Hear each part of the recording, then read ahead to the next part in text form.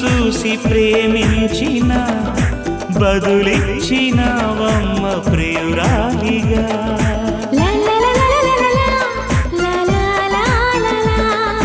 తొలిసారి నిన్ను తాకి ప్రేమించిన మనసిచ్చిన నమ్మ ప్రియనేస్తమా. కలలోనూ ఇలా కలిసుండాలని విడిపోని వరమీయవా అన్నది ప్రేమ, అన్నది ప్రేమ. తొలిసారి నిన్ను తాకి ప్రేమించిన మనసిచ్చిన